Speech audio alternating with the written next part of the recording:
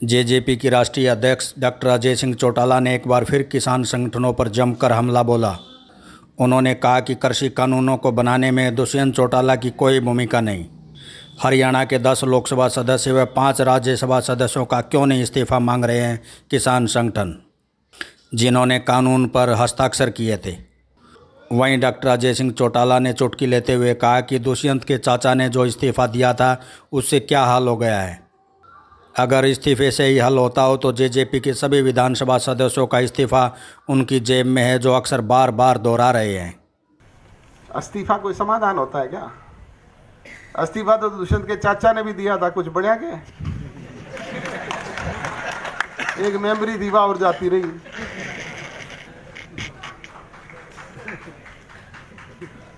राज में समाधान हुआ करते हैं, समाधान हुआ करते हैं बातचीत के जरिए। हमने बार बार कहा है आप बातचीत के टेबल पे आओ, हम तो मध्यस्थता करने के लिए तैयार हैं, हम आपके हितैषी हैं।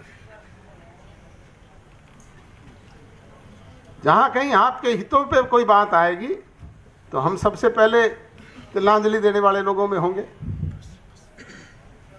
हमारे लिए पद कोई मायना थोड़ी रखता है, पद तो आपके दिए हुए हैं, कोई हम लेके पैदा हुए थे क्या? ये पद तो चौधरी देवीलाल ने पता नहीं देश के प्रधानमंत्री तक के छोड़े थे। हमारी रगों में भी उन्हीं का खून है, हमें कोई इस बात की परवाह थोड़ी है।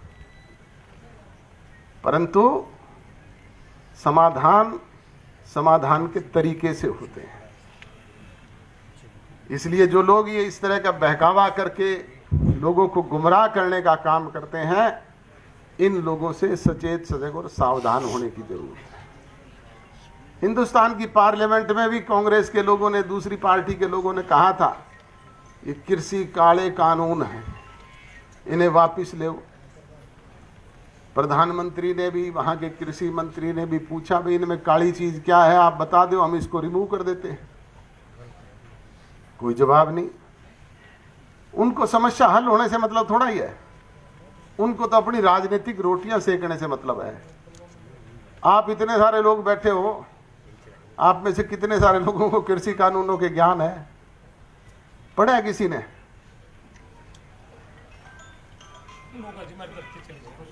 हमारी धरती चली जाएगी, मंडी सिस्टम खत्म हो जाएगा, फलाना हो जाएगा, नुकसान हो जाएगा। बेबुनियाद बात करने का काम करते। एमएसपी खत्म हो जाएगी। खत्म हुई कि बड़ी एमएसपी 11 फसलों में मिलने लगी। सरकार से अलग होने वालों में होगा।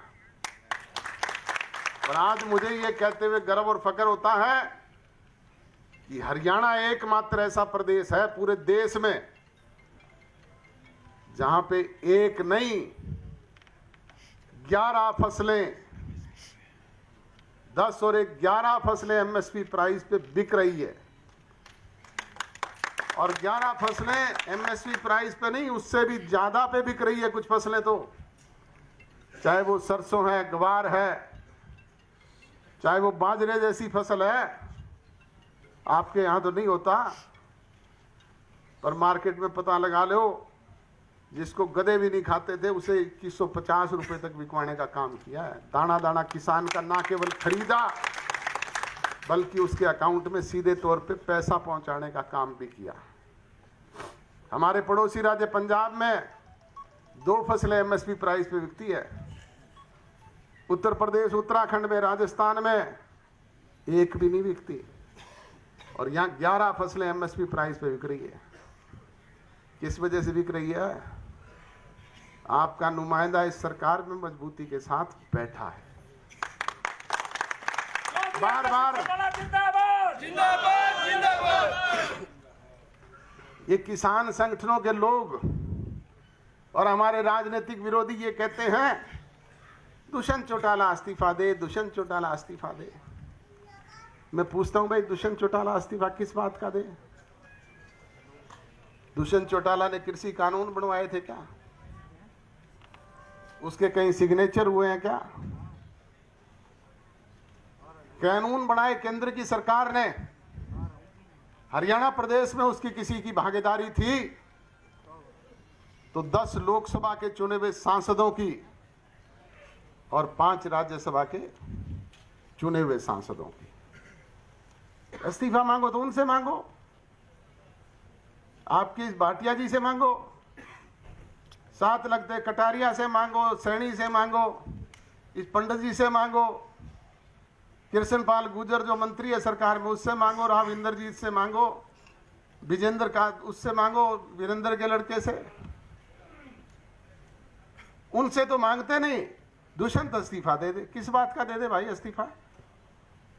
और फिर भी हमने तो कहा कि इस्तीफे से कोई अगर समस्या का समाधान होता हो तो मैंने तो मंच से भी कहा, पत्रकारों के बीच में भी कहा, आज पुनः आपके बीच में दोहराता हूं।